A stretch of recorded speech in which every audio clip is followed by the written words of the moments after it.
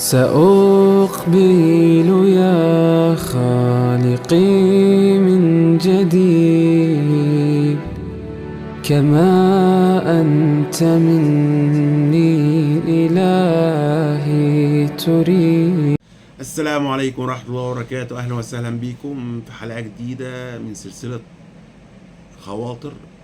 الحلقة اللي هنقدمها حلقة مهمة جدا بعنوان فما ظنكم برب العالمين. سؤال ممكن يغير حياة كل واحد فينا. سؤال جه في القرآن الكريم: فما ظنكم برب العالمين. يا جماعة السؤال ده مش سؤال استفهام، ده دعوة للتفكير والتأمل. ازاي انت بتبص لربنا سبحانه وتعالى؟ هل شايفه رحيم كريم ودود ولا ربنا جبار وقاسي والعياذ بالله؟ حاشاه سبحانه. هل بتظن بربنا، بتظن فيه الخير في كل ظروفك، ولا بتظن شيء تاني؟ يا جماعة الظن بالله ده وقود الحياة، ما تقدرش تعيش من غيره. هو اللي بيخليك تكمل في مشوار حياتك، في رحلة حياتك. لما تحس ان انت خلاص جبت اخرك، انتهيت، هو اللي بيخليك تشوف النور في اخر طريق، في اخر النفق. طيب كل حاجة في حياتنا مبنية على ظنك بربنا. شوف بقى، كل حركة وكل سكنة وكل موقف وكل عمل وكل مرتبط بظنك بربنا. يقول الله في الحديث القدسي: أنا عند ظن عبدي بي، إن ظن بي خيرا فله، وإن ظن بي شرا فله. والحديث ده عشان اللي بيسأل عن صحة الحديث، هو ده حديث متفق عليه. فالحديث ده مش مجرد كلام، لا، دي قاعدة للحياة. لو ظنيت في ربنا الخير هيجي لك الخير، لأن ظنك ده هو اللي بيدي لك الطاقة وبيدي لك الإيجابية وبيدي لك كل حاجة، بيدفعك إن أنت تشتغل وتجتهد، وأنت متأكد إن مجهودك مش هيضيع ولا أي شيء. طب ناخد مثال.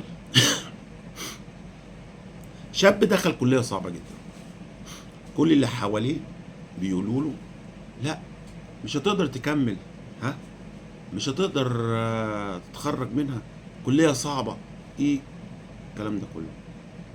لكن هو ظنه ايه في ربنا؟ هو ظنه في ربنا ان ربنا سبحانه وتعالى هيوفقه، بفضل ربنا هيقدر يتجاوز الصعاب. هتلاقيه دايما بيذاكر بتركيز، ربنا بيوفقه في المذاكرة وبيوفقه في كل حاجة اللي يخليه ان هو ينجح. فسبحان الله في الاخر بيوصل لهدفه.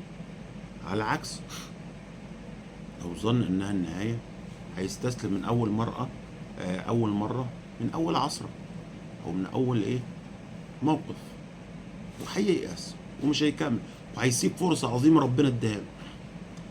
طيب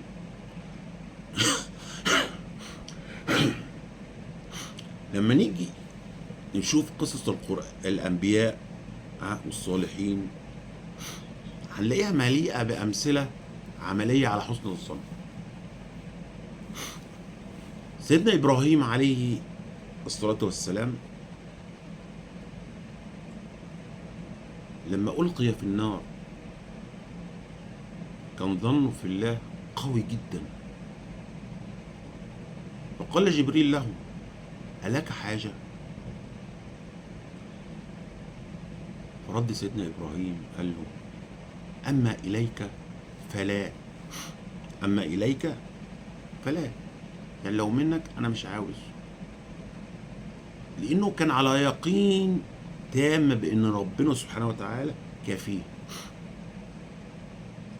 فكانت النتيجة ايه؟ ان الله سبحانه وتعالى امر النار قائلا: قلنا يا نار كوني بردا وسلاما على ابراهيم، في سورة الانبياء. طب ناخد مثال تاني. لما سيدنا يونس عليه السلام ألقي، لما ابتلعه الحوت في ظلمات ثلاث: ظلمة الليل، ظلمة البحر، بطن الحوت. دي الظلمات الثلاثة. هل سيدنا يونس يأس وقنط؟ لا، لم ييأس ولم يقنط. كان عنده ظن قوي جدا بالله عز وجل بأن رحمة ربنا ستنجيه. عشان كده فنادى في الظلمات، قال ايه؟ لا اله الا انت سبحانك، لا اله الا انت سبحانك اني كنت من الظالمين. فجت الاجابه سريعه، جاءت الاجابه سريعه. فاستجبنا له ونجيناه من الغم. الفاء هنا بتسمى بفاء السرعه، اي سرعه التلبيه. سيدنا يونس دعا: لا اله الا انت سبحانك اني كنت من الظالمين، فاستجبنا له على طول ونجيناه من الغم. طب ناخد مثال ثالث من قصص الانبياء. سيدنا موسى عليه السلام، تخيل المنظر لما لاحقه فرعون بجيشه العظيم ووصلوا الى البحر. اصحابه قالوا له ايه؟ انا لمدركون، انا لمدركون. لكن سيدنا موسى كان عنده يقين وظن برب العالمين قوي جدا، فرد بثقة ويقين قال: كلا إن معي ربي سيهدين. سورة الشعراء رقم 62. كانت النتيجة ايه؟ غرق سيدنا موسى هو واصحابه؟ لا، النتيجة أن الله سبحانه وتعالى شق له البحر وأغرق عدوهم وهو فرعون وقومه. طيب إيه ما نيجي نشوف عوائق حسن الظن وإزاي نتغلب عليه؟ أحيانا بيجي شيطان اليأس والقنوط بيحاول يضعفك، يضعف ظنك بربنا سبحانه وتعالى. لكن في خطوات بسيطة ممكن لو خدناها إن شاء الله بإذن الله ربنا هيوفقنا. أول خطوة الذنوب والمعاصي. دايما الذنوب والمعاصي ممكن بيخلي قلبك قاسي، وبالتالي بيصعب عليك إن أنت تحس بظن بالله والعياذ بالله. لو نفتكر الآية بتاعت كلا بران على قلوبهم بما كانوا يكسبون. فالحل إيه؟ بسيط: التوبة والاستغفار. تتوب وتستغفر مهما ارتكبت من ذنوب ومعاصي وحصل كبائر والعياذ بالله. استغفر وتوب، استغفر وتوب. إن الله عز وجل يبسط يده بالليل يتوب مسيء النهار، ويبسط يده بالنهار يتوب مسيء الليل، حتى تطلع الشمس من مغربها. يبقى أول حاجة التوبة والاستغفار من الذنوب. تاني حاجة ما تيأسش، عدم اليأس والقنوط من رحمة الله. ربنا بيقول: ومن يقنط من رحمة ربه إلا الضالون والعياذ بالله. فما تخليش لليأس مكان في قلبك. افتكر دايما ان رحمة ربنا واسعة، اوسع من اي شيء، اوسع من اي شيء مهما كانت خطاياك. لو بلغت ذنوبك عنان السماء ثم استغفرتني لغفرت لك ولا أبالي.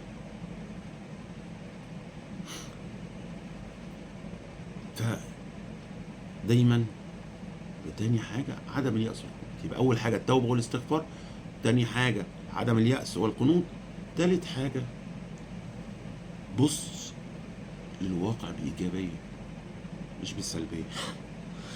يعني بعض الناس بتشوف النص الفاضي من الكوباية ويفكر في الحاجة اللي مش عنده، ينشغل بنعم غيره، مش في النعم اللي عنده، لا بيفكر في النعم اللي في غيره. وربنا سبحانه وتعالى قال تعالى وإن تعدوا نعمة الله لا تحصوها. فتأمل في نعمة ربنا بإيجابية. فالنظر في نعمة ربنا اللي عليك أو التأمل في نعمة ربنا اللي عليك بيقوي يقينك وحسن ظنك بالله عز وجل. طيب حسن الظن يا جماعة مش في الأزمات الكبيرة ولا في الصعاب اللي احنا بنمر بيها، لا.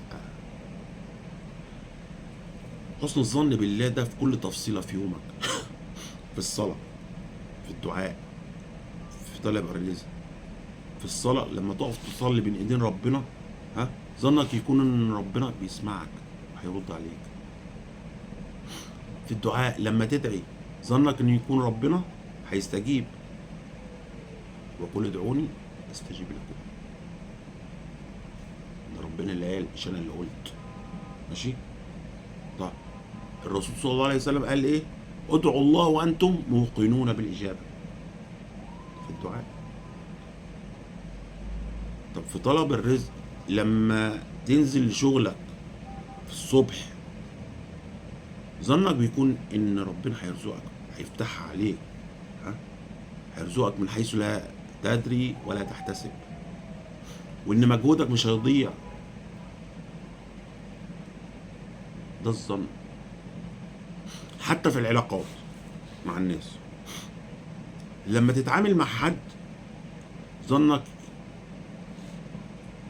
لازم يكون ان ربنا هيرزقك من خيره،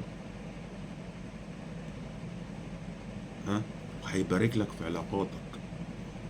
ربنا سبحانه وتعالى يعني يعني ظنيت في ربنا خير هتلاقي الخير، ظنيت في ربنا والعياذ بالله حاجة تانية هتلاقيها.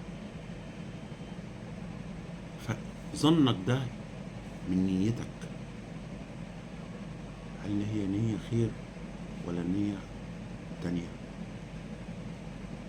فيا جماعة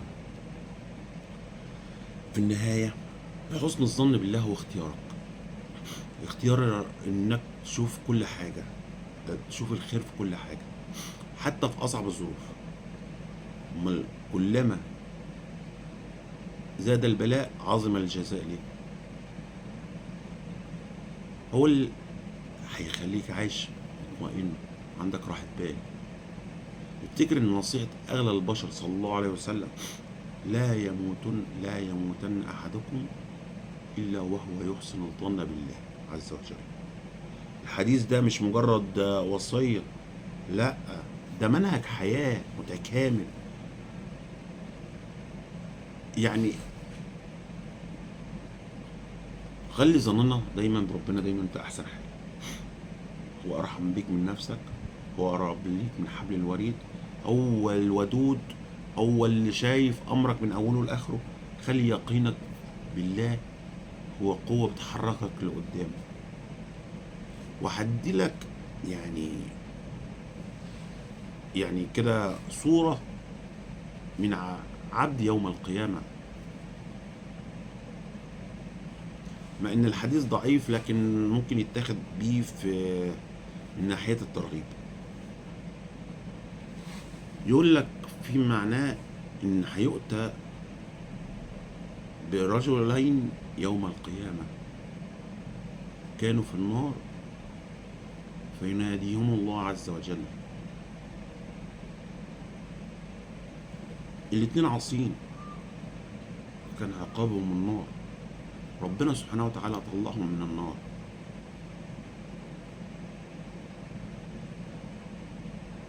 وسألهم هل ظلمك كتبي الحافظون؟ هل في حسنة انت عملتها وانا ما لقيتهاش في الكتاب؟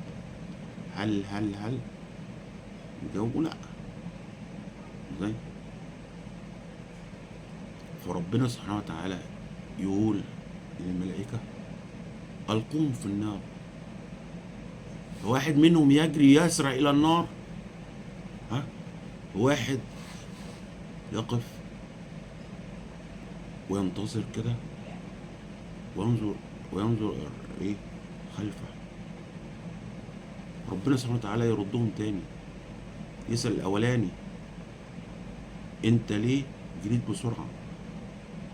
ربنا يقول له العبد يقول له يا رب لم أطيعك في الدنيا كيف لا أطيعك في الآخرة. والتاني قال له لماذا انتظرت يا عبدي؟ من معناه قال له يا رب ما كان ظني بيك هكذا، ظني بيك أنك رحيم. فشفت ظنه بربنا النتيجة ايه؟ ربنا سبحانه وتعالى قال هدخلوهم الجنة.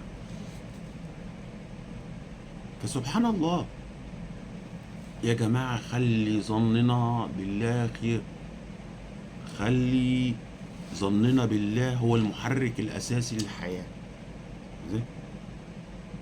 هو اللي معاه الصورة الشاملة ليك، هو اللي عارفك أكتر من نفسك وأكتر من أمك وأبوك وأكتر وأكتر وأكتر.